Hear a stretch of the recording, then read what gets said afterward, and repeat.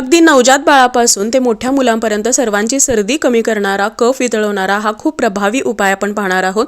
हा उपाय करण्यासाठी 3-4 चमचे ओवा आणि 3-4 अशा लसणाच्या कट केलेल्या पाकळ्या एका कढईमध्ये घालून तुम्हाला अगदी मंद गॅसवरती, मंद आचेवरती तुम्हाला हे गरम करायचं आहे। खूप जास्त करपवायचं नाही, याचा एक छान असा वास यायला लागतो आणि त्यानंतर तुम्हाला गॅस बंद करून घ्यायचा आहे। हे जे काही गरम मिश्रण आहे, हे गरम मिश्रण एखाद्या स्वच्छ अशा कॉटनच्या खूप पातळ किंवा खूप जाड नसणाऱ्या अशा एका रुमालामध्ये किंवा कपड्यामध्ये तुम्हाला या पद्धतीने बांधून घ्यायचं आहे। याची एक पुरचुंडी बनवायची आहे, जेणेकरून हे बाळाला खूप जास्त भाजणार सुद्धा नाही आणि बाळाला छान शेक सुद्धा मिळेल। आणि या पुरचुंडीने बाळाचं कपाळ, बाळाची छाती आणि पाठ छान अशी शेकून घ्यायची आहे।